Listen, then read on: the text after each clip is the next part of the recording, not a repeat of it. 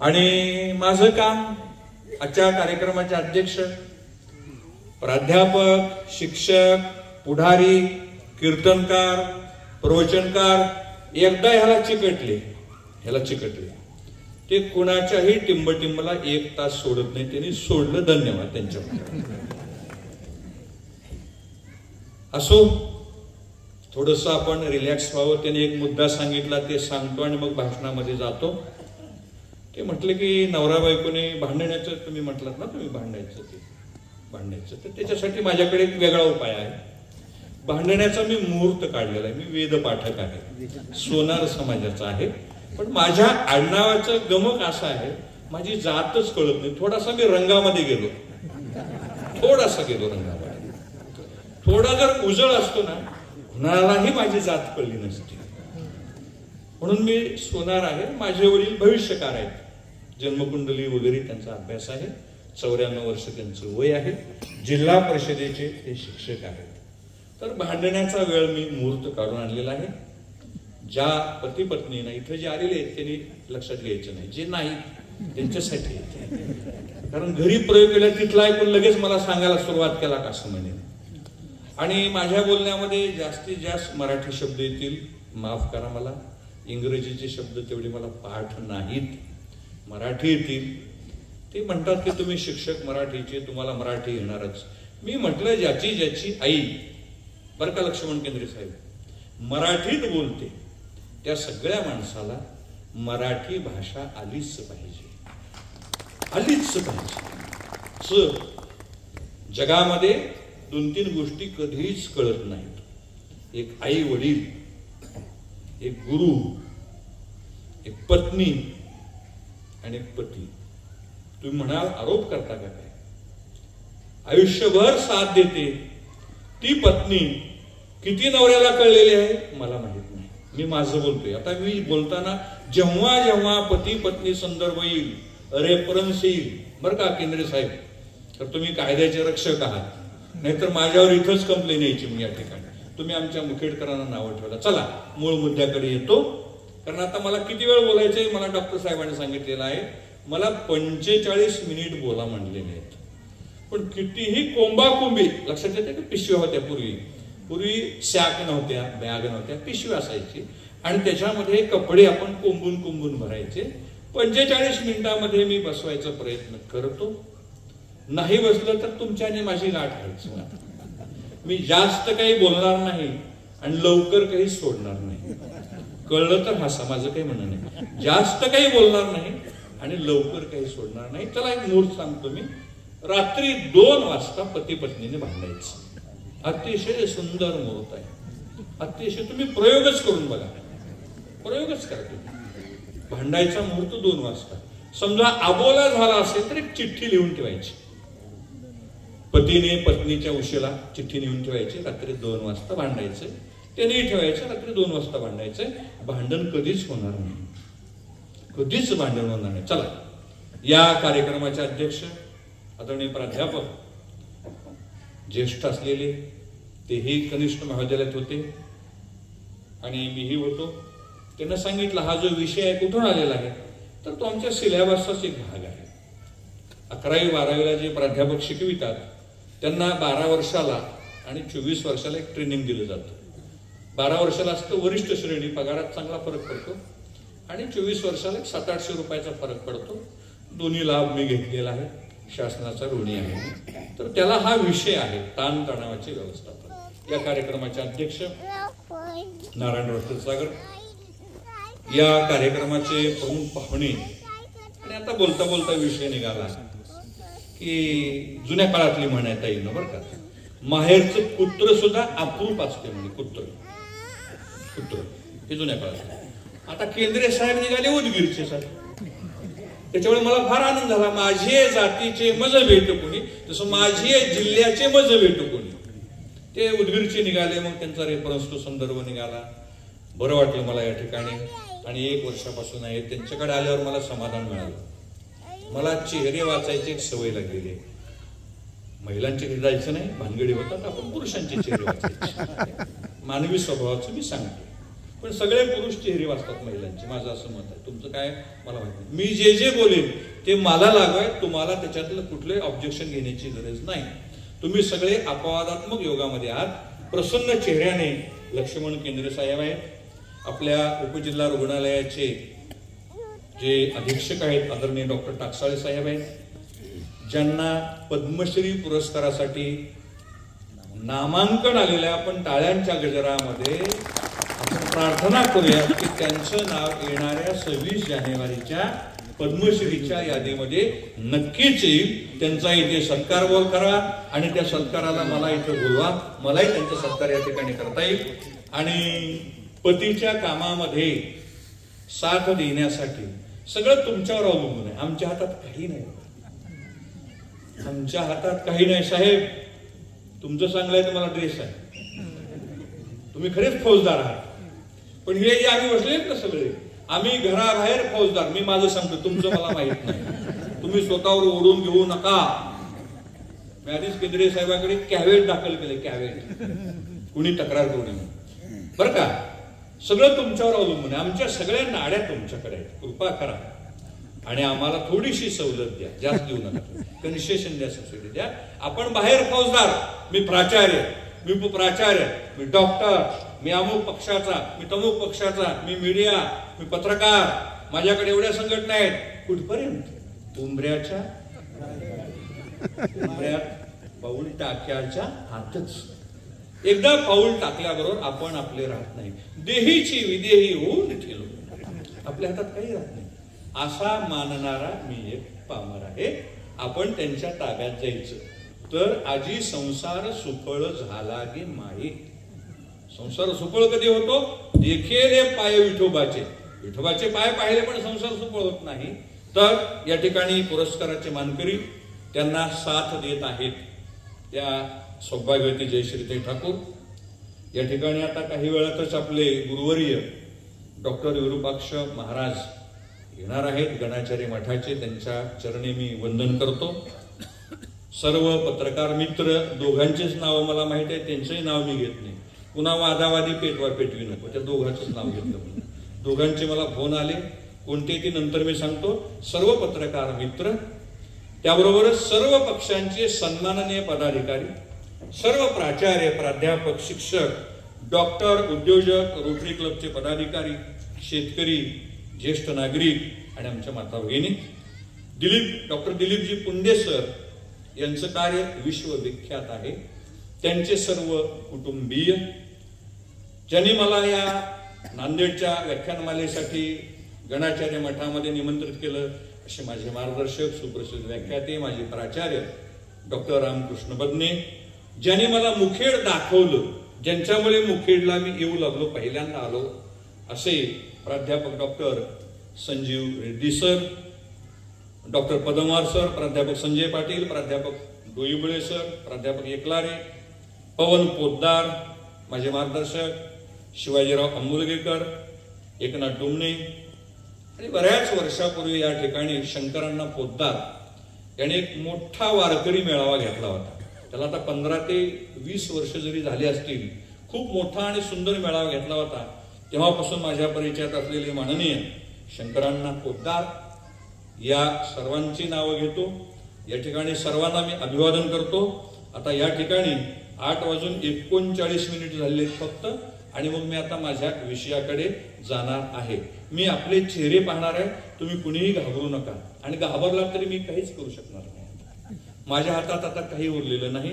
डॉक्टरांकडे मी बघणार आहे. त्यांनी जर म्हणले असं करा, त्यांनी हात केला की मी लगेच ब्रेक लावणार आहे. मग तुम्हाला गोळ्या कमी मिळतील किंवा औषधं मिळणार नाहीत, तर ते उद्या डॉक्टरकडे तुम्हाला ते औषधं मिळतील. आता सांगितलं केंद्रे साहेब, 21वे शतक हे मानसिक रोगाचं शतक आहे. मी लातूरला राहतो. लातूरच्या 2-3 दवाखान्यामध्ये मी जात असतो. मला बऱ्याच ठिकाणी फिरायची सवय आहे. माणसं 2 प्रकारचे असतात, एक एकांतवासी आणि एक लोकांतवासी आहेत. डॉक्टर पुंडे साहेब आहेत, ते लोकांतवासी आहेत. एकटं राहत नाहीत, ते समूहाला घेऊन राहतात. तर लातूरला मी पाहिलं की बीपीच्या दवाखान्यात फुल गर्दी आहे, शुगरच्या दवाखान्यात त्याच्यापेक्षा टॉप गर्दी आहे. नंतर अजून एक दवाखाना आहे, मेंटल दवाखाना आहे. ज्या दवाखान्यात इंजेक्शन नाही, सुई नाही, स्पिरिटचा बोळा नाही, मराठी शब्द आहेत आता सगळे, हे काहीच नाही. डॉक्टर आणि रुग्णामध्ये 10 फुटाचं अंतर असतं. रुग्णाला 2-3 लोकांनी पकडलेलं असतं. असा एक दवाखाना आहे. आणि चौथा एक दवाखाना आहे लातूरला. तिथं मायंदळ गर्दी आहे, भयंकर गर्दी आहे. मी सुद्धा गेलो एकदा, नंबरच लागला नाही. तो म्हणजे याच्यामध्ये काय बदल होतोय का या वयात? मी सुद्धा प्रयोग केला पण नंबरच लागेना. ते म्हणले नंबर लावावा लागेल. लातूरला बरेच प्रसिद्ध डॉक्टर आहेत, स्किन तज्ञ आहेत. मी म्हणलं आता आपल्यात बदल करून काही उपयोग नाही. आपलं भाजायचं तेव्हा वडिलांनी भाजून काढलेले, आता काही प्रॉब्लेम आपल्याला येणार नाही. टीव्ही चालू होता, मी आलो बाहेरून आणि पत्नीला म्हणालो आता काय जेवायचं बघा, जरा बसा म्हटले. बसल्यावर मला नाईलाजाने ती मालिका बघाव्या लागल्या. मग माणूस कसा आहे, उगी बसत नाही, बसल्यावर काहीतरी खुसपट काढत असतो. बघता बघता मी बघितलं, कधीतरी चुकून बघितलेलं होतं आणि माझ्या लक्षात आलं की मागच्या शुक्रवारी ती स्त्री दुसऱ्याच पुरुषाबरोबर होती आणि या शुक्रवारी ती स्त्री तिसऱ्याच पुरुषाबरोबर आहे. मी म्हटलं तुम्ही काय बघताय, काय चाललंय काय म्हटले. असं बघून आपल्या घराचं वाटोळ होईल म्हणले. ते म्हणले तुम्ही शांत, ती कुणासोबतही जाऊ, तो कुणासोबत जाऊ, मी तुमच्या सोबत आहे ना म्हटले. मग तुम्हाला काय टेन्शन आहे. लोक हसतात बघा, चांगली गोष्ट आहे. मोदी साहेबांनी तुमच्या गावाला टॅक्स लावलेला नाही. नाहीतर मी बऱ्याच ठिकाणी भाषण होतात, लोक हसतच नाहीत. केंद्रे साहेब, लोक न हसण्याचं एक कारण आहे, चेहऱ्याची घडी मोडू देणार नाही. जसं लोकमान्य टिळकांनी प्रतिज्ञा केली, स्वराज्य हा माझा जन्मसिद्ध अधिकार आहे आणि तो मिळवल्याशिवाय राहणार नाही, तसं दुसऱ्या गावात, इथं नाही, मला सुखरूप परत जायचं त्या ठिकाणी, दुसऱ्या गावात गेलो, लोक हसतच नाहीत. तर ते म्हणले आमच्या गावामध्ये अशी प्रतिज्ञा केलेली आहे, काही झालं तरी चेहऱ्याची घडी, इस्त्रीची घडी आम्ही मोडू देणार नाही. लक्षात घ्या, जगामध्ये एकाच प्राण्याला हसता येतो, एकाच प्राण्याला. म्हणून आचार्य अत्रेंनी म्हटलेलं आहे, हास्य ही मानवाची मूलभूत प्रवृत्ती आहे. फक्त माणसाला हसता येतं आणि हसण्यासाठी विज्ञान सांगतं 17 स्नायू लागतात. 17 कमी भरले तुम्ही जबाबदार, जास्त झाले तुम्ही जबाबदार. अकबराने बिरबलाला विचारलं आपल्या दिल्लीमध्ये कावळे किती आहेत, तर तुम्ही सुद्धा घाबरला असाल, तुम्हाला टेन्शन आलं किती कावळे आहेत आता दिल्लीमध्ये. तर ते म्हणाले 5,17,389 कावळे आहेत म्हटले. मग अकबरजी म्हणाले अरे कमी झाले तर ते गावाला गेले असतील, जास्त आले असतील पाहुणे म्हणून आले असतील म्हटलं. म्हणजे आपण कुठलं तरी एक उत्तर जर ठोकून दिलं तर आपल्याला ताण आणि तणाव येत नाही. पण माणूस कसा आहे, बुद्धिप्रिय आहे. माणसाची जी बुद्धी आहे ना, त्या बुद्धीचा रस्ता स्ट्रेट फॉरवर्ड नसतो. बुद्धी सरळ कधी जात नाही. बुद्धी ही तिरकस असते, तिरकस. जसं आपल्या कपड्याला आतून एक शिलाई असते बघा, एक सरळ शिलाई असते आणि दुसरी झिगझॅग शिलाई असते, तसं बुद्धीची झेप असते. आता असं जर बोलत बसलो तर 10 वाजतील, हे सगळं जर विस्तार करू लागलो तर. म्हणून अशा प्रकारे आपल्याला जायचं आहे. मानसिक रोगाचं शतक आहे. चला, पु ल देशपांडेंना एका माणसाने विचारलं, का हो पु ल, तुम्ही स्वतः न कदा हसतमुख असता म्हणले. त्यांनी दिलेलं उत्तर मला इतकं आवडलं, मी सगळीकडे सांगतो. पु ल देशपांडे म्हणाले की मी असं मानतो, मी असं समजतो की आपण पृथ्वी या ग्रहावर सहलीसाठी आलेलो आहोत. मला सांगा, आपण सहलीला गेल्यावर भांडतो का बायकोशी, कुणाशी, अमुक्याशी तमक्याशी? जरी भांडलो तर लगेच रुसवा आपला मिटला जातो आणि पुढच्या आपण कार्यक्रमाकडे जाऊ शकतो. सहलीला गेल्यावर रुसवा, फुगवा, मान, सन्मान, अपमान हे सगळं आपण गुंडाळून ठेवतो आणि समोर असणारा निसर्ग असेल, प्रयागराज असेल, कन्याकुमारी असेल, केरळचा कोडाईकनाल असेल, हे सगळं, केदारनाथ असेल, जम्मू काश्मीरचा तो बर्फाचा प्रदेश असेल, लडाख असेल, त्या ठिकाणचं निसर्ग सौंदर्य टिपण्याचा प्रयत्न केला पाहिजे. म्हणून पु ल देशपांडे म्हणतात की मी असं समजतो की आपण पृथ्वी या ग्रहावर सहलीसाठी आलेलो आहेत आणि सहलीला गेल्यावर आपण हेवे दावे, रुसवे फुगवे लगेच विसरतो. त्याप्रमाणे आपण जर पृथ्वीवर राहू लागलो, आपल्या घरामध्ये राहू लागलो, कुटुंबामध्ये राहू लागलो, तर आपलं घर सुद्धा हसरं घर होणार आहे. पण इथं घोटाळा आहे, इथं एक अडचण आहे. इथे स्पीड ब्रेकर आहे, गतिरोधक आहे.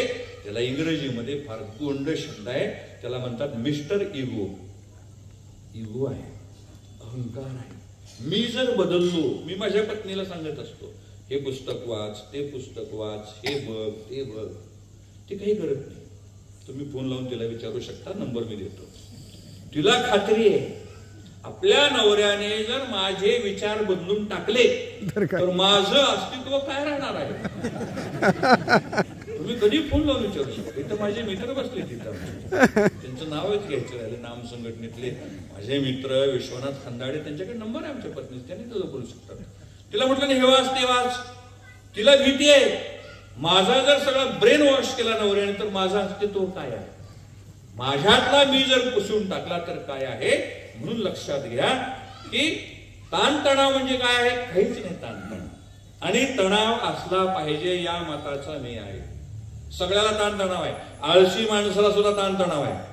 आळशी माणसाला टेन्शन आहे, मला जर कोणी काम लावलं तर. रिकाम टेकड्या माणसाला सुद्धा टेन्शन आहे, मला कोणतरी हे काम कर म्हणलं तर.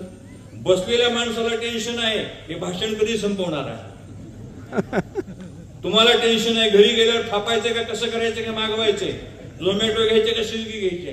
प्रत्येकाला टेन्शन आहे. टेन्शन असलंच पाहिजे, पण किती राहावं. जेवणामध्ये जेवढं मीठ असतं तेवढा जीवनामध्ये ताण असलाच पाहिजे. ताण नसेल ना तर जीवन निरस आहे, कंटाळवाण आहे, उदासवाण आहे, खिन्न आहे, त्याच्यात काही आनंदच येणार नाही. थोडं तरी ताणलेलं पाहिजे.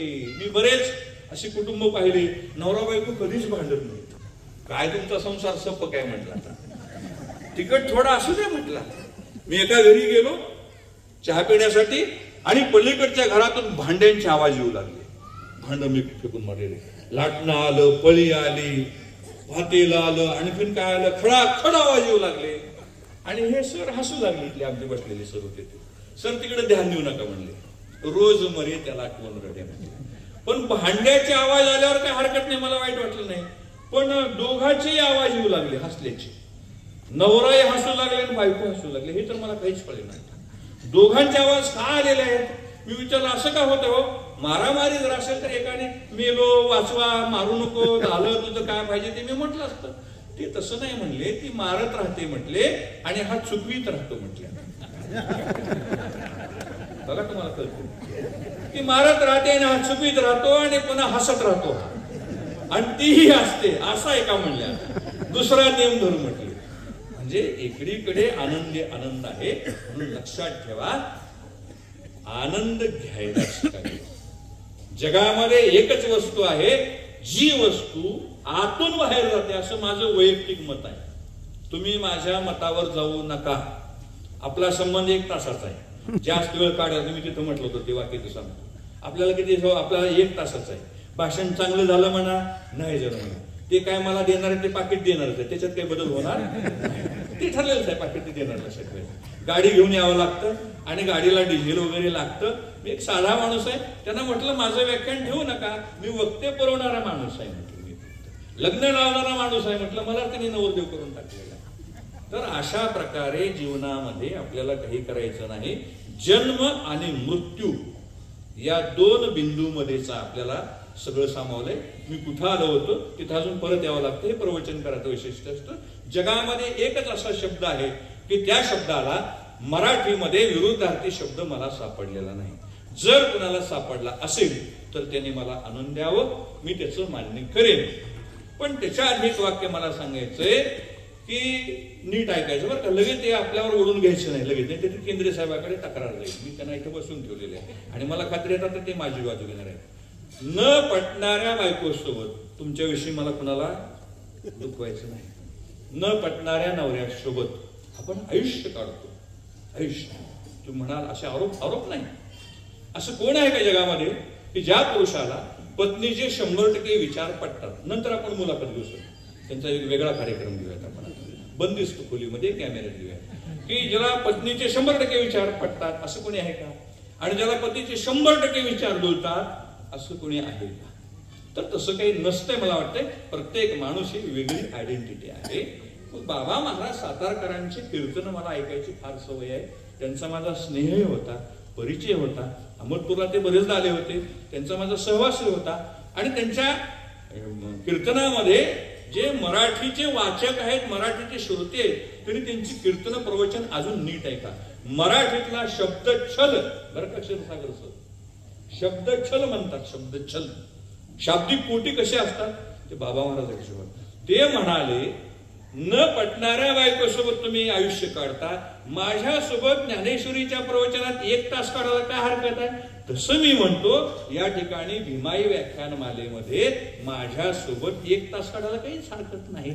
म्हणून जन्म आणि मृत्यू हे 2 बिंदू आहेत. तर या ठिकाणी सावित्रीबाई फुलेंना अभिवादन.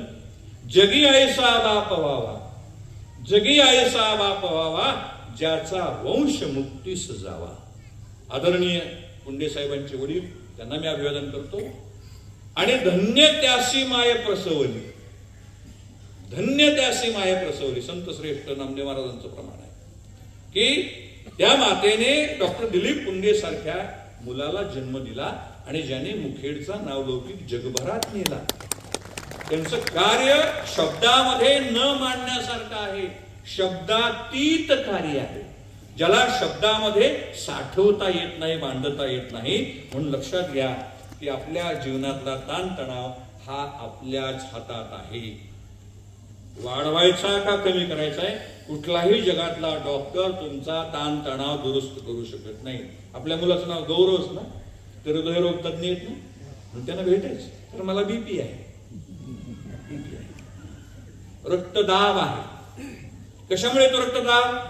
सहन करण्याची क्षमता जशी जशी कमी होत जाते तसं तसं त्याला तो रक्तदाब होतो, असं माझं वैयक्तिक मत आहे. तुमचे वैद्यकीय कारण काही असू द्या. आपला जो पेशन्स आहे, आपल्याकडे गोंड शब्द आहे पेशन्स, सहनशीलता ही काळामध्ये अतिशय कमी झालेली आहे. अतिशय म्हणजे अतिशय कमी झालेली आहे. माणसाला केसभर सुद्धा सहन होत नाही. पण केंद्रीय साहेब, मला ह्या पुरुषांचं खरंच कौतुक करावं वाटतं. सगळ्यात तुमचं नाही बरं का, इकडलं सगळं तुमच्याकडं नाही बघायचं. ही आम्ही मंडळी घरामध्ये पाण्याचा ग्लास सुद्धा उचलून घेत नाही. मी माझं बोलतोय, तुमचं मला काही माहित नाही, मी माझं बोलतो. आम्ही पाण्याचा ग्लास घेत नाही, तांब्या घेत नाही, कांदा घेत नाही, काकडी घेत नाही, काही नाही. आणा हे आणा ते आणा, आम्ही ऑर्डर सोडतो. पण हाच पुरुष नावाचा प्राणी हॉटेलमध्ये गेल्यावर गुगल गाय होतो. हॉटेलमध्ये गेल्यावर एवढा मोठा माणूस, तिथे एकच शब्द असते सर, त्या शब्दामध्ये एवढी ताकद आहे. स्वामी विवेकानंद म्हणाले, शब्दामध्ये किती ताकद आहे. तळपायाची आग मस्तकाला नेण्याची ताकद आहे म्हणली शब्दामध्ये. आणि हा माणूस घरामध्ये अमक तमक भाषण टोकणारा माणूस त्या ठिकाणी टोकन घेतो आणि मग काय करतो, टोकन घेऊन तिथे एक शब्द असतो, त्याला इंग्रजीमध्ये फार गोंडस नाव आहे, सेल्फ सर्व्हिस. आणि कुठे न वाकणारा माणूस ताट घेऊन येतो, टेबलवर बसतो. मी लातूरचं सांगतो, इथलं मला सिस्टम माहित नाही, कुठल्या हॉटेलमध्ये मला कुणी नेलेलं नाही. आणि आज एकादशी आहे, नो प्रॉब्लेम. मागच्या भाषणाला सुद्धा एकादशी होती. पवन पोद्दार म्हणाला, काय सर, ते संजीव रेड्डी म्हणाले, काय सर, पुंडे साहेबांकडून आम्हाला जेवायला असतंय, पण ते सुद्धा तुम्ही आज टाळलं म्हटले की एकादशीलाच कशी येतात. सेल्फ सर्व्हिस मध्ये आज गुंततो, पण घरामध्ये आपल्याला पत्नीला मदत करायला काय अडचण आहे. मी तुमच्या बाजूने आता बोलतो, पण आम्ही पुरुष मंडळी त्या पुरुषत्वाच्या अहंकाराखाली इतके दबून गेलेलो आहोत की आम्हाला ते सहनच होत नाही. म्हणून लक्षात घ्या, ताण घ्यायचा का नाही हे आपल्या हातात आहे. तणाव म्हणजे काय, ताण आणि तणाव हे दोन्ही समानार्थी शब्द आहेत. क्षीरसागर साहेब, गुगल काढून पहा, पुस्तकात पहा, समानार्थी शब्द आहेत. बदललेल्या परिस्थितीशी जुळवून घेताना आपली जी घालमेल होते त्याला ताण म्हणतात. बदललेल्या, तुम्हाला डॉक्टर पुंडे साहेबांच्या प्रेमामुळे इथे येऊन बसावं लागलं 6:30 पासून. परिस्थिती बदललेली आहे. मालिका गेल्या, मोबाईल पाहायचं गेलं, बातम्या पाहायच्या गेल्या. बरं झालं काल क्रिकेटची मॅच होती, आज नाही, नाहीतर आपल्याकडे श्रोते फार दुर्मिळ झाले असते. त्या ठिकाणी बदललेल्या परिस्थितीशी आपल्याला जुळून घेताना, आणि त्याच्यात लक्षात ठेवा, कोणतीही कंडिशन, सिच्युएशन, परिस्थिती जर आपल्या समोर आले तर माणूस पहिल्यांदा त्याला निगेटिव्ह रूपाने तोंड देण्याचा प्रयत्न करतो. कुठलंही बघा, लक्षात ठेवायचं. आणि मग अशा वेळी माणसाला टेन्शन येतं, ताण येतो. म्हातारी माणसं म्हणतात केंद्रे साहेब की राग आल्यावर 1 ते 10 अंक मोजा. कशाचं आपल्या मनामध्ये लाखोली सुरू असते, लाखोली. जाता जाता पाय एखाद्याचा पाय आपल्या पायावर चुकून पडला तर आपण म्हणतो डोळे फुटले का, तुला अक्कल आहे का नाही, दिसत नाही का, मी कोण आहे तुला माहित नाही का, लक्षात ठेवायचं. म्हणून लक्षात ठेवा, आपल्या मनामध्ये जे अनावश्यक आणि नकारात्मक विचार आहेत त्याची जी गर्दी होते त्याच्यामुळे आपल्याला ताण येतो. ताणाचे पुन्हा दोन प्रकार आहेत. आता मी लगेच पुढे जातो वेगाने.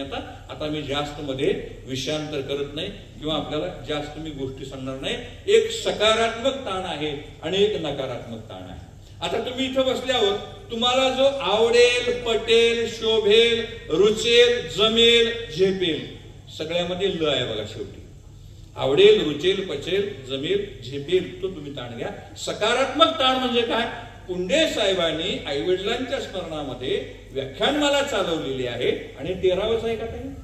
हे 13वं पुष्प आहे आणि या पुष्पाला दिलीपसिंह ठाकूर सारखा एखादा समाजसेवक आहे, विनम्र भाव आहे त्यांच्याकडे पाहिल्यावर, आणि अशा ठिकाणी जाऊन जो कोणी सो कॉल्ड वक्ता आहे त्याचं जे काही आहे ते ऐकायचं आहे, ते चांगलंच असणार आहे असं म्हणून जे येऊन बसलेले आहेत त्यांना सकारात्मक ताण आहे. पण नाईलाजाने तर डॉक्टर साहेबाकडे रोज जावं लागतंय. त्यांना जर टाळलं तर डॉक्टर साहेब सकाळी फोन का हो बाबूराव तुम्ही दिसला नाही, रामराव तुम्ही कुठे गेला होता, वाट पाहिली, तुमचा सत्कार करायचा होता, हे सुरू झालं की मग त्यांना नकारात्मक ताण येतो. सकारात्मक ताणामध्ये जर पाहिलं, मुलीचं लग्न जमलेलं आहे, मंगल कार्यालय ठरवायचे, सोने खरेदी करायची आहे, पाहुण्यांना कपडे घ्यायचे, जावयाला कपडे घ्यायचे, ह्याच्यामध्ये सुद्धा ताण आहे, पण तो सकारात्मक ताण आहे. नंतर आहे आनंददायी कार्यक्रम आहे. आज पुंडे साहेबांना सुद्धा ताण आहे, श्रोती येतील की नाही. मला त्या दिवशीच म्हणाले, व्याख्यानमालेचं आणि परमार्थाचं फार नुकसान झालेलं आहे. आता परमार्थामध्ये कीर्तनकार, भजनी मंडळ यांना मानधन द्यावं लागतं आणि काही दिवसाने जसं व्याख्यानमालेला श्रोते लागणार आहेत तसं कथा कीर्तनाला सुद्धा श्रोते लागणार आहेत. हे सुद्धा दुर्दैवाची गोष्ट आहे. हे झालं. नंतर विद्यार्थ्यासाठी निकालाचा दिवस आहे. नीट परीक्षेत किती मार्क पडणार आहेत, 12वीला किती मार्क पडणार आहेत, हे सगळे जे ताण आहेत हे सगळे सकारात्मक ताण आहेत. या ताणावर जुन्या काळातली गोष्ट ऐकली, जुन्या काळातली म्हणजे 40 वर्षापूर्वी एका कीर्तनात मी गोष्ट ऐकली होती. कृपा करून भगिनींनी आपल्या मनाला लावून घेऊ नका, नाहीतर माझी अडचण होईल. सांगतो मग तुम्हाला ते काय झालं. रात्री 2 वाजता मला फोन येतो. जुन्या काळातली गोष्ट आहे. मला येतो फोन, मी माझं त्याच्यात येतो. 2 वाजता फोन येतो. माझा चुलत भाऊ तुळजापूरून निघालेला आहे. 10 वाजलेले आहेत. लातूरला पोहोचायला त्याला 12:30 होणार आहेत आणि तो म्हणतो की तुला मी 10 वर्षाने भेटतोय आणि मला घरी येऊन जेवण करायचंय. तुम्ही विचार करा, आपल्या पक्षाचे लोक विचार करा. तुमच्यावर हा प्रसंग येऊ नये मी प्रार्थना करतो. रात्री 10 वाजलेले, फोन येतो, सगळं भांडे धुवून सगळं झालेलं आहे आणि मग मला घाम आला, दुरून घाम, लट कापत मी गृहमंत्र्याकडे प्रस्ताव. ते म्हटले काय झालंय, बीपी वाढला का काय म्हटले. आता बीपी वाढणार आहे म्हटले. काय झालंय काय म्हटले. आता तर सो असं त्यांना सांगितलं. मग त्या उठल्या, स्वयंपाक केलं, सगळं झालं. 2 वाजता झोपी गेले. सत्कार केला, भाऊ निघून गेला. लवकर जात, मला लवकर जायचं. नंतर 1 महिन्यानी तिच्या मावस बहिणीचा फोन आला. मावस बहिणीचं 3दा इकडे 3दा करायचं. तुम्ही टेन्शन घेऊ नका, तिकडे 2दा आणि 1दा तसं डोक्यात काहीच घेऊ नका. तुम्ही रिलॅक्स राहा, झोप आली निवांत झोप, बोर झालं बोर होऊ द्या. डॉक्टरांच्या नावानं जाईल, माझ्या नावावरती येणार नाही. बदने सर आहे त्याच्या नावावरती जाईल. आणि मग तिच्या मावस बहिणीचा फोन आला की तुझ्या घरी मला यायचे खूप दिवस झाले. म्हणले 15 वर्ष झाले तुला पाहिलं नाही. सो ते 12:30ला फोन आला. 12:30ला फोन आल्यावर मला उठवण्यात आलं. आता तुम्ही खरं सांगा, बायको जेव्हा आपल्याला उठवते आणि आपण जेव्हा बायकोला उठवतो ते दोन्ही सीन मध्ये काही फरक आहे? ज्यांचे सोबत आहे त्यांनी शांत बस, जे एकटे आले त्यांनी बोलत. त्यांनी डायरेक्ट बोललो उठा ना. म्हणले काय झालं, असं माझं येणार आहे.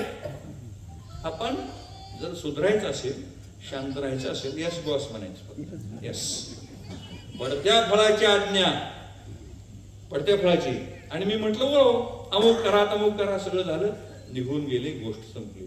आता तुम्हाला मला प्रश्न विचारायचा, तुम्ही शांत बसा, तुमचाच वकील आहे की दोन्ही वेळेला स्वयंपाक करावा लागला की तुम्हाला. स्वयंपाक करावा लागला, दोन्ही वेळेला परिश्रम झाले, दोन्ही वेळेला झोपमोड झाली. त्यातला मला केसभर फरक सांगायचा, जास्त सांगायचा. केसवरच. केंद्रे साहेब नीट आहे का? दोन्ही वेळेला स्वयंपाक करण्यामध्ये सगळं समानच आहे, पण कोणता स्वयंपाक अत्यंत मन लावून झाला असेल यांचं उत्तर तयार आहे. मन लावून मनातून झाला केसभर फरक. आणि जर केसभर फरक नसेल, घालीन लोटांगण डोळ्यानं पाहिलं. फरक असेल का नसेल? असेल फरक. लोक 100% म्हणाले सांगू तुम्हाला घरी गेल्यावर ऐकून घ्यावं लागेल ताईंचं. असं बोलतात का? असं करतात का? ताई मला एकच म्हणायचंय, स्वयंपाक चुकला का? नाही. कष्ट चुकले का? इथंच आपल्या आजच्या व्याख्यानाचं गणित आहे. इथंच आहे ज्ञानबाची मी. स्वयंपाक करावा लागला, रात्रीची वेळ आहे, नवऱ्याकडचे आहेत का माहेरचे विचार करायचा नाही. आपण काय करायचं? जे जे भेटे भूत ते ते मानिजे भगवंत. नवऱ्याकडले पाहुणे येऊ द्यात, तितक्याच आनंदाने स्वयंपाक. बायकोकडले पाहुणे येऊ द्यात, तितक्याच आनंदाने. तुम्हाला सांगतो मी, त्यांना नाही तुम्हाला सांगतो. त्यांच्याकडे आले म्हणजे भारी भारी साड्या आणा, आपल्याकडे आल्यावर सुद्धा भारी भारी साड्या आणा, पण आमच्याकडे आल्यावर जरा दुर्लक्ष करायचे. थोडं दुर्लक्ष, थोडं तुमचं पेपरमिंट जरा तुमचं जे माप आहे ना थोडस लावून घ्या. तर हे जर बरोबर असेल, ताण घ्यायचा नसेल तर काय करायचं? दोन्ही स्वयंपाक आनंदाने जर केले तर तुम्हाला ताण आला नसता. आता नकारात्मक ताण म्हणजे काय? नाईलाजाने काम करणे. नाईलाजाने आता आणलंय ना, चला नोकरी आहे, असं करा तसं करा. लक्षात ठेवा, आपण काहीही काम करत असाल त्या कामामध्ये आपलं शरीर, आपलं मन इन्व्हॉल्व करा, त्याच्यामध्ये गुंतवा. आनंद तेव्हा येतो, कामात आनंद घेतला तर आनंद येतो. हे मला नाईलाजाने लावलेलं आहे, काय करावं? घोटाळा झाला एकदा केंद्र साहेब. एका मुलाचं आहे, तो मुलगा जिवंत आहे, सगळं जिवंत आहे. त्याचं लग्न ठरलं, मुलगी बघून आले, साखरपुडा झाला आणि त्या पोरानं दुसरं सुरू केलं, माझी बायकोच काळ्या म्हणायला चालू केलं. ते म्हणजे बायको काळ्या. मग ते ज्येष्ठ नागरिकाने मला बोलवलं, मी त्याचा शिक्षक. गुरुजी, सुदैवाने मी त्याच्या बैठकीला नव्हतो, सुटलो, नाहीतर अडचण होती. आणि मग ते म्हणलं की तो मुलगा म्हणतो की ती बायको काळी आहे, तिला करायचंच नाही. आता त्या स्त्रीला एक मुलगा एक मुलगी झाली. मुलगी MBBS होती, त्या काळ्या बायकोचीच पोरगी MBBS होती. नाव सुद्धा मी सांगेन तुम्हाला. दुसरा मुलगा आता डॉक्टर होते, लवकरच लक्षात ठेवायचं. अरे म्हणलं, मग ती बसली सगळे बैठक, सगळे ज्येष्ठ नागरिक वगैरे. आता काय बोलावं, मला तर उत्तर मिळेना.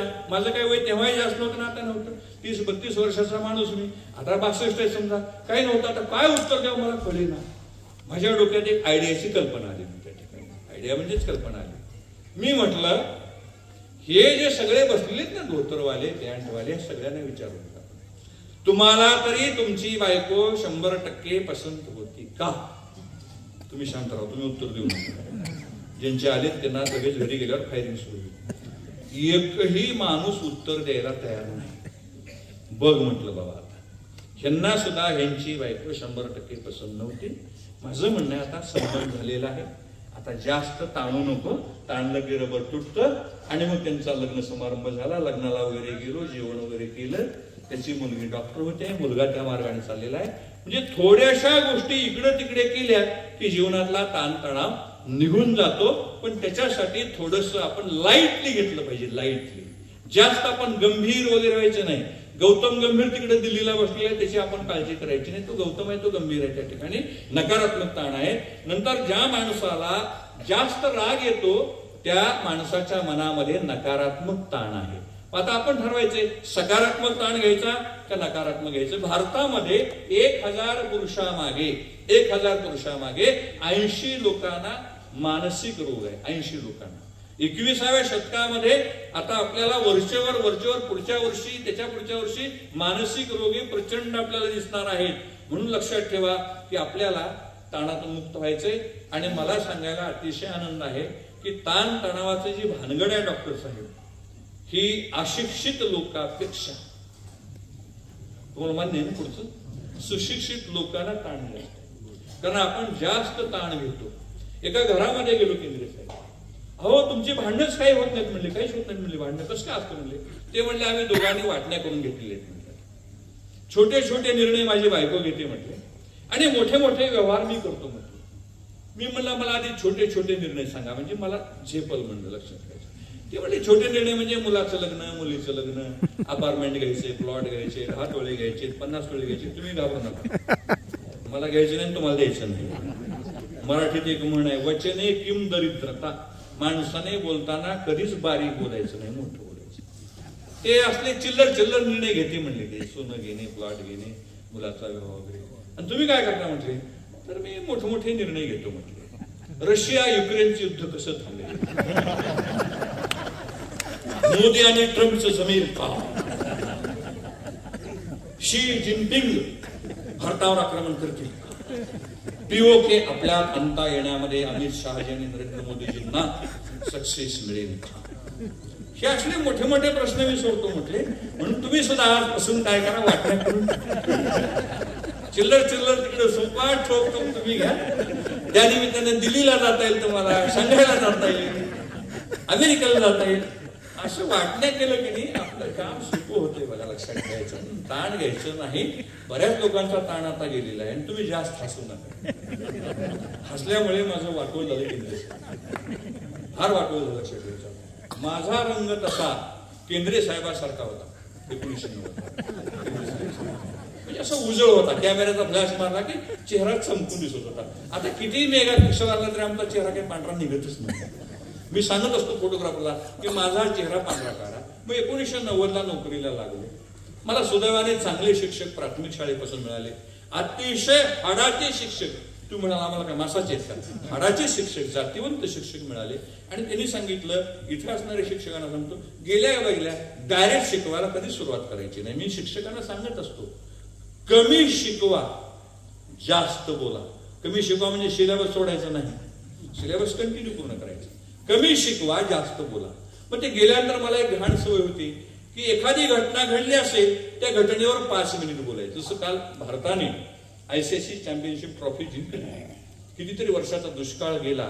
काल एक तुम्ही व्हिडिओ पाहिला असेल की आनंद काय असतो. एक व्हिडिओ आलता छोटा, तुम्ही पाहिला का, कुणाचा व्हिडिओ होता. एक माणूस 70 वर्षाचा माणूस डान्स करतोय, सुनील गावस्कर. 70 वर्षाचा माणूस नाचतोय. आज आपण नाचणं विसरलो, हसणं विसरलो, बागडणं विसरलो, घुम्या ते घुम्याच असा असतो. तर त्या ठिकाणी अशा प्रकारे आनंद घ्यायला शिका. मी काहीतरी सांगत होतो, आता मी विसरून गेलो. काय सांगत होतो मी, चेहऱ्याचा कलर सांगतो, लक्षात ठेवा लागतं. आणि मग काय झालं केंद्रे साहेब, वर्गामध्ये 120 मुलं, 100 मुलं, असं काहीतरी हसवायचं. आणि हसल्यामुळे काय व्हायचं, वर्गातील सगळ्या मुलांच्या छातीमधला अशुद्ध कार्बन डायऑक्साईड, अशुद्धच असतो तो, ही सगळी अशुद्ध हवा माझ्या चेहऱ्यावर यायची. आणि असे 90 पासून थरावर थर बसले आणि माझी ही दशा झाली. फेअर अँड लवली लावलं, अमुक लावलं, तमुक लावलं, काही गुण नाही, बेजार आहे. आमचा गॅरंटेड कलर आहे, बदलणार नाही. म्हणून लक्षात ठेवा, ज्या गोष्टी बदलणार नाहीत. आणि दुर्दैवाने डॉक्टर साहेब बसलेले टाकसायचं, माणसाला भयंकर नाद आहे. माझा सांगतो मी, मला जगाचं माहिती, जी गोष्ट बदलत नाही तिच्यावर जास्त रक्त आटवायचं. आता मला वाटलं हे खांब काढावा, हे काढू शकतो खांब. आता मला वाटलं सर्वसाफल्य बिल्डिंग फार पुढे आलेली आहे, थोडीशी मागे सरकावा. दाजी बसले ते म्हणजे तुला काही धंदा नाही का, तुला काय आमच्या जागा, काही तसं घाबरू नका म्हणजे. काय संबंध, हे देऊळ इकडे झालेलं आहे, जरा मागे सरकावा म्हणजे काही संबंध नाही का. ज्या गोष्टी बदलता येत नाहीत त्याच्यावर रक्त आठवू नका आजपासून. ज्या गोष्टी बदल नाही, आता बायकोचा स्वभाव आता बदलू शकत नाही. वयाचे 35 झाले, जगातल्या कुठल्याही माणसाचा स्वभाव, हे सायन्स सांगते, मी सांगत नाही, विज्ञान सांगतं, 35 वर्षानंतर माणूस अजिबात बदलू शकत नाही. पण पठ्ठ्या बदलला, पठ्ठ्या बदलला, नाहीलाच तो घ्यायलाच. मला बीपी चालू झाला आणि मग मी विचार केला, ग्रंथ वाचू लागलो, पुस्तक वाचू लागलो की आता जगायचं जर असेल, शुगर म्हणजे पहिली पायरी आहे. नाही, बीपी म्हणजे पहिली पायरी आहे. गौरवला माहिती आता इथं. आणि त्याच्यावर लगेच धाकटा भाऊ येतो, लगेच जुळा भाऊ शुगर येत असतो बीपी नंतर. मी ठरवलं आता जे येईल तुका म्हणे उगी राहावे, जे होईल ते पाहावे. हेच आपणाशी ठावे. ते म्हणजे तुम्हाला काय अक्कल आहे का? घर पेटले तुम्ही अभंग म्हणता, जे जे होईल ते पाहावे हेच आपल्या. तसं नाही वापरायचं. ते आपल्या समोर जो काही प्रसंग येईल त्या प्रसंगाला हसत मुखाने तोंड द्या. जो प्रसंग आपण बदलू शकत नाही त्याच्यावर रक्त आटवू नका. म्हणून मला आता लगेच पुढे जायचं आहे की आपल्याला तणाव आल्यावर काय काय होतं ते बघायचं. आपल्याला टेन्शन आल्यावर काय होतं. मी आता फास्ट म्हणतोय, डॉक्टर साहेब एकदा मी टाइम बघून घेतो, त्याच्यामध्ये दुसरं काही मला आता बघायची इच्छा राहिलेली नाही. तर आता 9:11 झालेले, जवळपास अर्धा तास 40 मिनिट झाले. 40 मिनिट झाले त्यांच्याकडे टाइम आहे. चला आता 5 मिनिट राहिले का माझे? बोला म्हणा. चला आता हरकत नाही. मी स्वार्थी माणूस आहे ना. 1 तास झाल्याशिवाय आत्म्याला शांतीच नाही त्या ठिकाणी. आपले स्नायू आखडतात बघा, स्नायू आखडतात. पूर्वीच्या काळामध्ये आमच्या भगिनी, आमचे बांधव काम करत होते. तुमच्यावर आरोप नाही करायचा. सध्या बेचव जेवण कसे बनवावे याचे प्रयोग तुमच्या माझ्या घरामध्ये सर. तुमच्या आल्यात ना घरचे, तुम्ही बसा. त्यांना तुमचं जाऊन सांगेल, तुम्ही मान हलव तसं करू. विज्ञान काय सांगतं की प्रेशर कुकरमध्ये काय होतं, मिक्सरमध्ये काय होतं हा माझा विषय नाही. कुकरमध्ये अन्न शिजत नाही, फुटलं जातं म्हणते अन्न, असं म्हणतात. लक्षात ठेवायचं. आता आपला तो विषय नाही. स्नायू ताटतात याचं कारण आहे आपल्याला वाकण्याची, काम करण्याची सवय आज आपण स्वतःहून सोडून दिलेली आहे. स्वतःहून. म्हणून अंगामध्ये स्नायू ताठरले जातात. आणखीन काय होतं बघा, डोकेदुखी लागते, थकवा येतो, निद्रानाश. ज्याला झोप येत नाही ना, फुकट सांगतो गोळी. टाकसाळे साहेब म्हणतील गिराईक आमचं आहे, तुम्ही काय घेता? झोप येत नाही ना, 100 पासून 1 पर्यंत उलट म्हणायचं. इथं करू नका, प्रयोग घरी गेल्यावर करू. तुम्ही बघा 3ऱ्या राऊंडला तुम्हाला झोप येणार म्हणजे येणारच. नसेल तर तुमच्या तुम्ही सपातर, माझं काही संबंध नाही. पण तुम्ही बघा त्याचं माप काढून बघा. 100, 99, 98, 97 म्हणा. असं म्हणता म्हणता तुम्हाला झोप येईल. नाहीतर एक मंत्र आहे, या देवी सर्वभूतेषु निद्रा रूपेण संस्थिता नमस्तस्यै नमस्तस्यै नमस्तस्यै नमो नमः. हा निद्रा येण्यासाठीचा एक मंत्र आहे. मग डोके जड पडणे, अंग दुखणे असं काही होते का बघा आपल्याला. वाढीव घाम येतो आपल्याला, भूक लागत नाही. याला कारण आहे आपल्या हातात असलेले हे लेकरू. हे जे लेकरू आहे ते आपल्याला 12 पर्यंत झोपू देत नाही. पुढे काय पुढे काय पुढे काय पुढे काय जात असतं. नंतर आहे याच्या सगळ्यामुळे काय होतं, आपण आपल्या पण ठरवायचं आपल्याला ताण आलाय का, डॉक्टर कोणता निवडा ठरवायचं. आपली रोग प्रतिकारक शक्ती कमी होते. काल परवाच येऊन गेलेला आपला मोठा भाऊ मिस्टर कोरोना. या ठिकाणी जे लोक गेले दुर्दैवाने ते भीतीने अधिक गेले. रोगाने कमी गेले पण भीतीने अधिक गेलेले आहेत. म्हणून भीती सोडा आजपासून. जगण्याची भीती ठेवू नका, मरणाची भीती ठेवू नका. मरण हे अटळ सत्य आहे. फक्त आपल्या हातामध्ये आलेलं जे आयुष्य आहे, जन्म आणि मृत्यू बिंदू मधलं, ते आपण भोगायचं आहे. घसा कोरडा पडणे, जास्त वेळ बोलता न येणे, धाप लागणे, ही सगळी टेन्शनची लक्षणं आहेत. मानसिक व्याधी, सतत चिंता करत राहणे. जसं मी मगा सांगितलं ना, ते नवरा बायको लहान निर्णय आणि मोठा निर्णय घेतात. सारखी काळजी करा. लक्षात ठेवा, मुलाला 10वीला किती मार्क पडले, मुलगा होण्याच्या आधी मुलाचं काय नाव ठेवावं हे कार्यक्रम आहे सध्या. त्याचं नाव काय ठेवावं ते. 10वीला शाहू कॉलेज मिळेल का, 11वीला गेल्यावर नांदेडला यशवंत कॉलेज मिळेल का, मला इकडे जास्त माहिती नाही. आमच्याकडे रेस लागलेली आहे, रेस. आज मुलं म्हणजे लंबी रेस का घोडा आहे. त्याला झापडं बांधायची, मेडिकल, इंजिनिअरिंग. आणि अशा टेन्शन मध्ये अनेक विद्यार्थी दुर्दैवाने आत्महत्या करत आहेत. याला जबाबदार शिक्षण पद्धती नाही. याला जबाबदार त्याला जन्म देणारे आई बाप आहेत. मंत्रालयात ज्या मुलाचे आई वडील काम करतात, केंद्रे साहेब, मी नाव घेत नाही त्यांचं, आई वडील IAS, दोघे IAS आहेत. तुम्ही बघा त्याच्यावर. त्या एकुलत्या एक मुलाने आत्महत्या करावी, त्याला काही कमी होतं का? पण त्याच्यावर जे दडपण आहे, बर्डन आहे, दबाव आहे, तू हे कर, तू ते कर, ते कर. लक्षात ठेवा, आपल्या मुलांना स्वातंत्र्य द्या. आणि मग काय होतं, टेन्शन आल्यावर चिडचिडेपणा येतो, एकाग्रता होत नाही, कशातच लक्ष लागत नाही. आणि मग त्याच्या स्मृतीमध्ये भ्रंश होतो. काय पहिलं वाक्य, काय दुसरं वाक्य हे काही कळत नाही. भावनिक उद्रेक होतो. कुणी माणूस आला की त्याच्यावर रागवायचं, भस्कन त्याच्यावर ओरडायचं, चिडचिडेपणा करायचे. किती स्वयंपाक चांगला केला, ह्यासली भाजी असते का, तुला अक्कल नाही.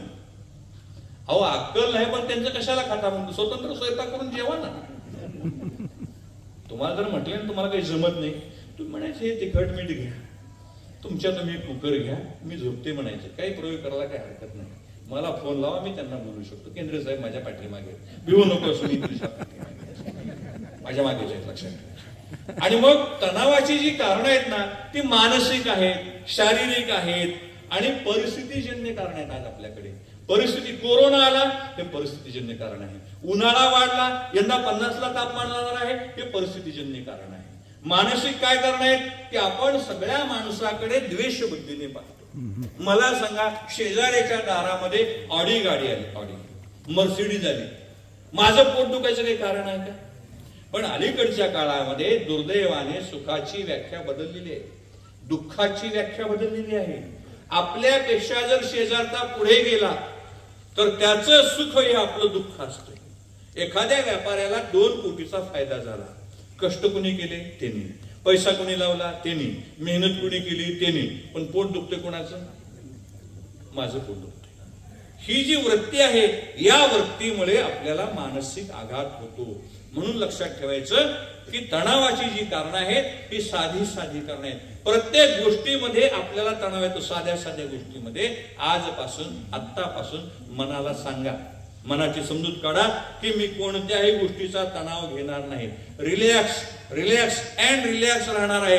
तुम्ही म्हणाल काही केलं आमच्या डोक्यातून जातच नाही, तर त्याच्यासाठी सोपा मंत्र आहे डॉक्टर पुंडे साहेब, ओम दुर्लक्षाय नमः. कुठल्याही देवाचा नाही, देवीचा नाही, जनरल कॉमन आहे. कधी घ्या, आंघोळ करून घ्या, न आंघोळ करता घ्या, बसून घ्या, झोपून घ्या, आडवं बसा, उभं बसा.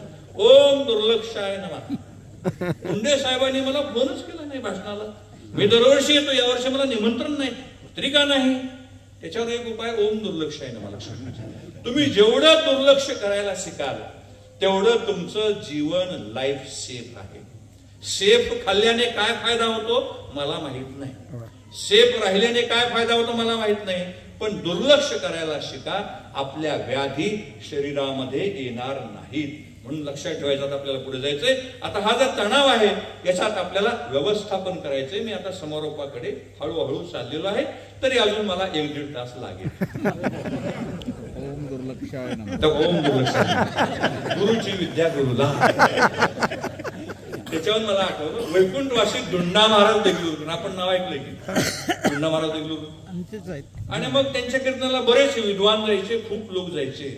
एक विद्वान त्या ठिकाणी गेले, खूप तत्वज्ञानी असले. महाराज एक शंका म्हटले, हो सांगा ना म्हटले, कीर्तन झाल्यावर लोक तुमच्या का पाया पडतात म्हटले? आपल्याला माहित आहे महाराज आहेत, खूप त्यांचा अभ्यास आहे, पाया पडतात.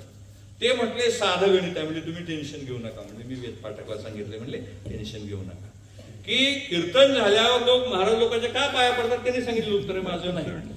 तुम्ही 3 तास जे आम्हाला ज्ञान दिलेलं आहे की संसार वाईट आहे, संसारातून असं करा, निवृत्त व्हा, ते करा, हे करा, ते करा, हे सगळं ज्ञान पुन्हा तुमच्याच पायावर अर्पण करून पुन्हा संसारात जायला मी मोकळा आहे, म्हणून आपण तिथं पाया. दुसरं त्याच्यात तुम्हाला काही फार तुम्हाला मान द्यावा, पुण्य मिळावं अशी बात नाही. वैकुंठवासी दुंडा महाराजांचं हे वाक्य फार मिश्किल त्यांची बुद्धी होती.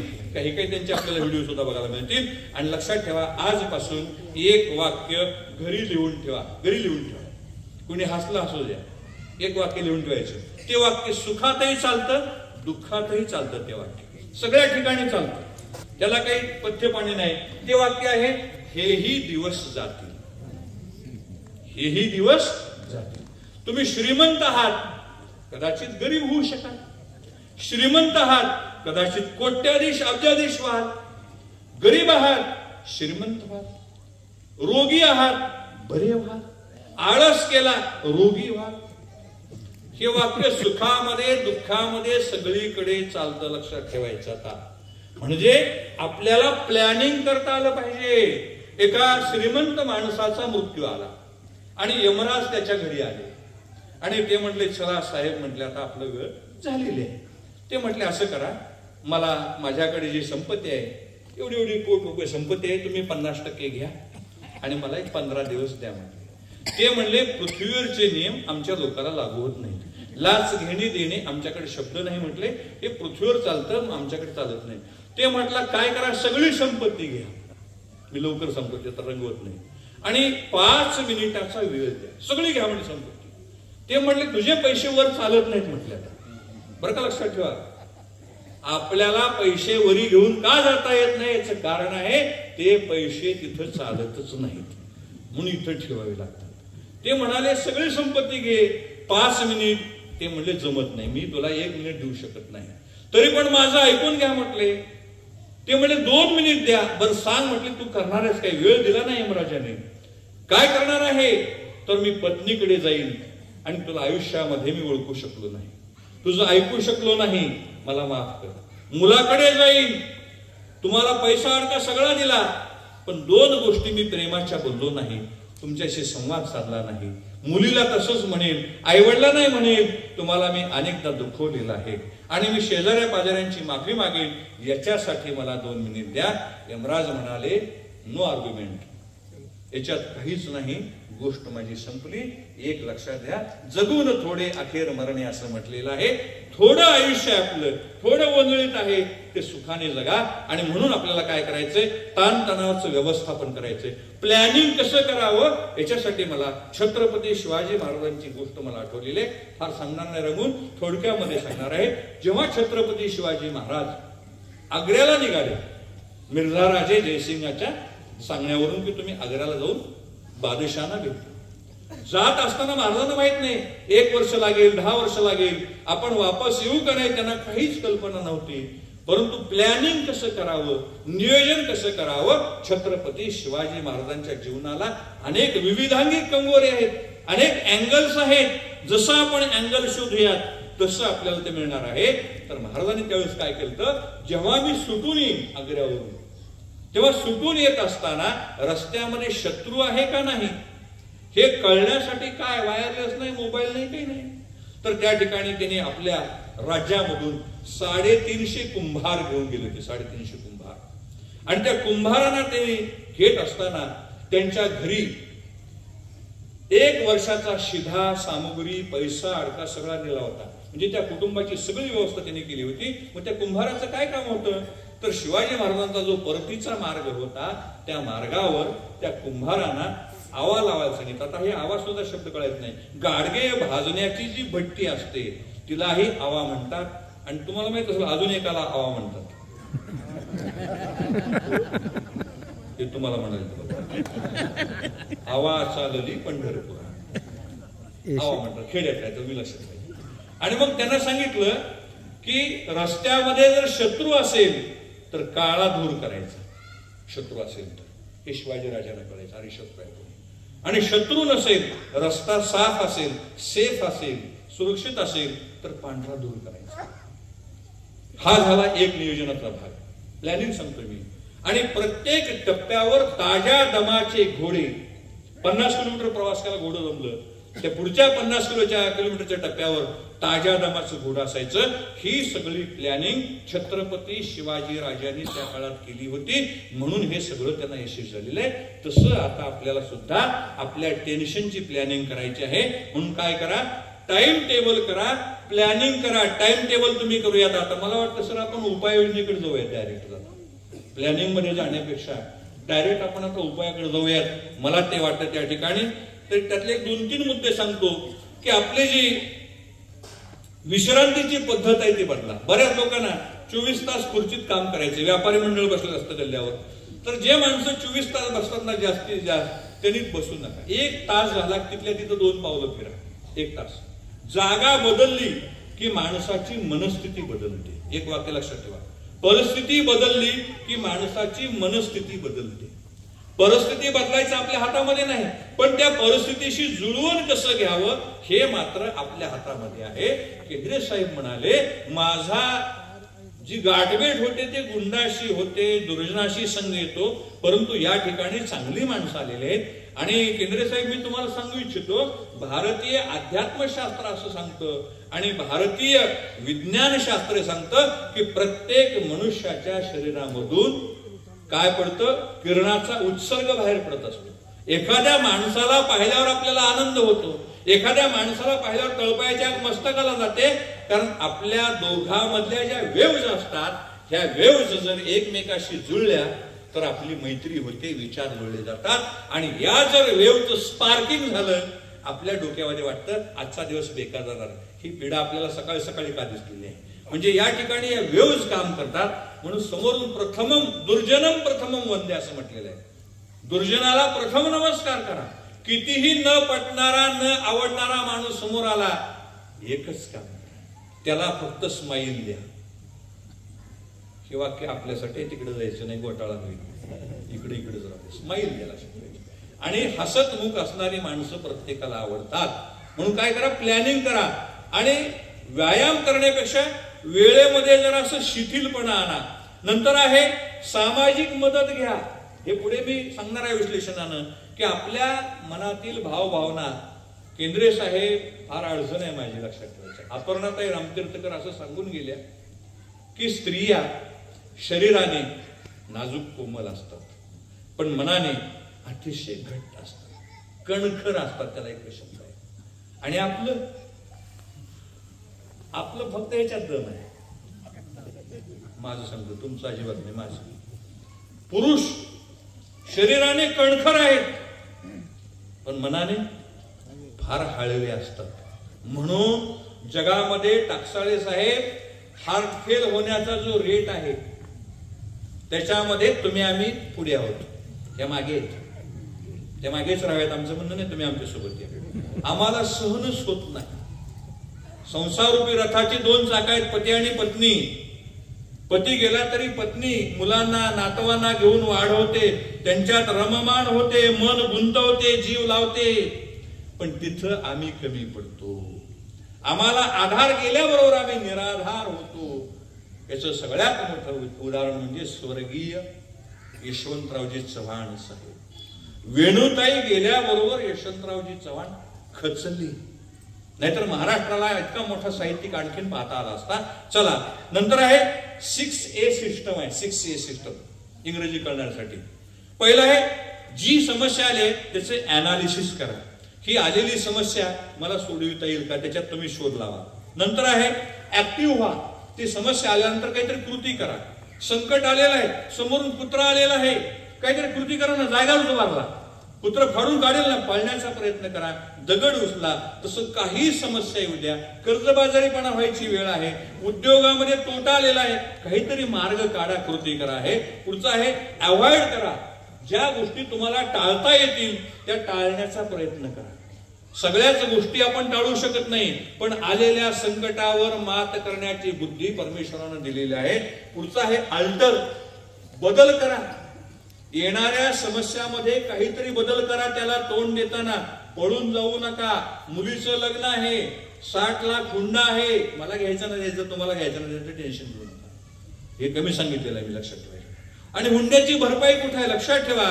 तुम्ही एक पाऊल टाका, हा निसर्ग तुमच्या मदतीला येतो. काहीतरी मार्ग काढा. नंतर अडॉप्ट करा. जी समस्या येईल, अडॉप्ट म्हणजे दत्तक घेणे. आपल्याला मूल नसल्यावर आपण अनाथ आश्रमामध्ये जातो आणि मूल दत्तक घेण्यासाठी ती मुलं पाहतो. लक्षात ठेवा, त्याची जात काय आहे, धर्म काय आहे, आई कोण आहे, बाप कोण आहे, गुंड होता का डॉक्टर होता, काहीच पाहत नाही. म्हणजे आपण काय करतो, जसं आहे तसं स्वीकारतो. तसं येणाऱ्या समस्याचा स्वीकार करा. फिजिक्स मध्ये एक चॅप्टर आहे 11वीला, फोर्स नावाचा. 11वी फिजिक्स मध्ये एक चॅप्टर आहे फोर्स नावाचा. एखाद्या वेगाला जर आपण अडवण्याचा प्रयत्न केला तर त्या वेगाची शक्ती वाढते आणि स्फोट होऊ शकतो. म्हणून महापुरे झाडे जाती तेथे लवाळे वाचती. मोठमोठ्या महापुरात झाडं वाहून जातात कारण झाडामध्ये अहंकार आहे, ताठपणा आहे. मी वाकणार नाही, मी झुकणार नाही. ते नवीन आलता काय सिनेमा तुमच्याकडे, ते असं केलेलं तुम्हाला आता कळलं असेल. मला ते काही मी सिनेमा पाहिला नाही. साला जीव के गाणी ते काहीतरी म्हणतात, मला ते पाहिलं नाही. पण आमच्या तुकाराम महाराजांनी म्हटलेलं आहे, महापुरे झाडे जाते तेथे लवाळे वाचते. लवाळा म्हणतो तू मोठा, तुझा बाप मोठा, खानदान मोठं, जा. सगळे गेल्यावर पुन्हा लवाळा. पण आपलं तसं नाही, तू असा का, तू तसा का, मी असा का, तसं करू नका. जा, तुम्ही रावसाहेब का, तुम्ही रावसाहेब का, तुम्ही जा म्हटलं निघून, त्यांना जाऊ द्या, आधी लक्षात ठेवायचं. म्हणून या गोष्टी करा. आणि शेवटचा आहे ऍक्सेप्ट, स्वीकार करायला शिका. जगामध्ये बऱ्याच गोष्टी स्वीकार जर केला तेज ज्ञान फाउंडेशन नावाचं एक फाउंडेशन आहे, सरश्री, आपण त्यांचे ग्रंथ कदाचित वाचले असेल. हॅपी थॉट्स नावाची त्यांची एक संघटना आहे, मुखेडमध्ये सुद्धा असेल, मला माहित नाही. त्यांचं एक चिन्ह, एक सिम्बॉल आहे. त्यांच्या कार्यक्रमात मी एक ध्यान या विषयावर व्याख्यान दिलं. त्यांचा असा एक सिम्बॉल आहे, क्या मैं इसका स्वीकार कर सकता हूं क्या. मिस्टर वेद पाठक को डॉक्टर पुंडे ने बुलाया है, 1 घंटा होने को है, बराबर है क्या सर? 1 घंटा हो चुका है, अब कितनी टाइम में उसको सह लेंगे, क्या मैं इसका स्वीकार कर सकता हूं, असं ते चिन्ह आहे. याचा मी स्वीकार करू शकतो का, तर उत्तर आलं पाहिजे यस, लक्षात ठेवायचं, ऍक्सेप्ट आहे. आणि मग लक्षात ठेवा की स्वामीनारायण म्हणून एक आपल्याकडे परंपरा आहे, अक्षरधाम वगैरे. तिथले एक मोठे महाराज अमेरिकेत गेले आणि त्यांना छोटी रूम दिली. शिष्य नाराज झाले, क्या म्हणले स्वामीजी, अपने को इतना छोटा रूम दिया है, आप इतने बड़े स्वामी आहे. स्वामींनी सांगितलेलं मराठी सांगतो, हे म्हणले बा, छोटी रूम दिली की नाही, झाडायला, स्वच्छ करायला, आवरायला सोपी असते. जास्त माणसं येत नाही, डिस्टर्ब करत नाही, टेन्शन येत नाही. कमी लोकांमध्ये, आटोक्षर लोकांमध्ये छोटी रूम आहे, बी पॉझिटिव्ह म्हटले गेलं. पुन्हा दुसऱ्या देशामध्ये जर्मनीला गेले ते, तिथं त्यांना मोठा हॉल देण्यात आला. काय म्हणले महाराज, एवढा मोठा हॉल काय कामाचा मिळाला आपल्याला, हे झाडायला माग त्याला झाडायचं होतं ना, पुसायचं, कपडे काढायचे, पाणी आणायचं, हे करायचं. ते म्हणले हे सुद्धा चांगलं आहे म्हटलं, इथं जास्तीत जास्त लोक बसतील, आपला सत्संग अधिक लोकात चालेल म्हटले. म्हणजे विचार करायची पद्धत बदला. काहीतरी ब्रॉडगेज करा, नॅरोगेज बंद झाल्यात आता रेल्वे, ब्रॉडगेज करा असं सांगितलेलं आहे. आणि मग सचिन तेंडुलकर, विराट कोहली, रोहित शर्मा नेहमी शतक करतात का नाही? परवा विराट कोहलीने शतक केलं, काल तो LBW झाला 2-3 रनावर, मग तो उदास झाला का नाही? आपल्या प्रत्येकाच्या जीवनामध्ये एक बॅड पॅच येतो, बॅड पॅच, वाईट काळ येतो, त्याच्यामधून सुद्धा सावरण्याचा, आवरण्याचा प्रयत्न केला पाहिजे. नंतर आहे अशा ज्या गोष्टी आहेत, म्हणून लक्षात ठेवा, सहन होईल तितका ताण घ्या. चला आता मी उपायाकडे येतो, आणि जास्त आपल्यामध्ये मला आता घ्यायचं नाही. मग एक आहे ताण निर्माण करण्यासाठी मी 7 मिनिटांमध्ये संपवतो, जास्त वेळ लागणार नाही. 7 मिनिटांमध्ये आता 32 गोळ्या मी तुम्हाला मारणार आहे. माझ्याकडे 32 गोळे नाही लक्षात राहिल्या, त्याचा फोटो काढून मी ग्रुपवर टाकतो. तुम्ही त्या गोळ्या नंतर सकाळ, दुपार, संध्याकाळ तुम्हाला जसं जमल तसं घ्या. विनामूल्य गोळ्या आहेत, त्याच्यात तुम्ही टेन्शन घेऊ नका. एका वर्तमानपत्रामध्ये 2018च्या सकाळमध्ये एक लेख आला होता, मनाची स्वच्छता. सगळ्याकडे, बरं मला सांगा, इथं कोणी अँबेसेडर गाडी आणली का? अँबेसेडर नावाची गाडी आणली का डॉक्टर? अँबेसेडर कंपनीची गाडी आहे कोणाकडे? नाही. HMT कंपनीचं घड्याळ कोणाकडे आहे का? नाही. आता मी पुढचं सांगणार आहे, कदाचित ती वस्तू असेल. नोकिया कंपनीचा फोन कोणाकडे आहे का? कदाचित असेल. अपोलो. हे 3 नावं तुम्ही लक्षात ठेवा. हे नावं आज जगातून बाद झालेली आहेत. अँबेसेडर कार राष्ट्रपती, पंतप्रधान बसण्यासाठी होती, मुख्यमंत्र्यांना. आज ते नाही. HMT घड्याळ नाही, हिंदुस्तान मशीन टूल्स नाही, नोकिया फोन नाही. याच्यासारखं जर आपल्याला जगामधून जर लंपास व्हायचं असेल तर तुम्ही निर्णय घ्या, माझं काही म्हणणं नाही. ह्या 3ही वस्तूंनी स्वतःमध्ये बदल करून घेतला नाही. या 3ही वस्तू अपडेट झाल्या नाहीत.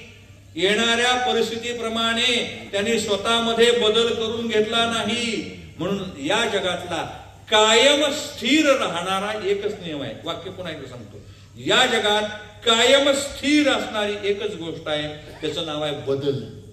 बदल कायम असतो तो बदल. काय झालं? रवींद्रनाथ टागोर, आता असं वाढत जातं, असंच वाढत जातं. ते उपायामध्ये येणार आहे, पण ते लगेच सांगून मी मोकळ होतो आणि मग पुढच्या आता उपायाकडे जातो. ते पुढच्या गोष्टी अलीकडे आलेल्या आहेत, कारण आता मला सुद्धा वेळ लागेल. तुमच्या चेहऱ्याकडे मी बघत आहे, पण सगळ्याचे चेहरे अजून 1 तास बसण्याचे आहेत. असं अन्याय करणार नाही, घाबरू नका, मला सुखरूप जायचंय. टागोर त्यांच्या हवेलीत बसले होते आणि त्यांच्या कानावर संवाद आला, अगर आणि उठ. किती वेळ बसायचं? घराकडे जायला पाहिजे, अंधार पडलाय.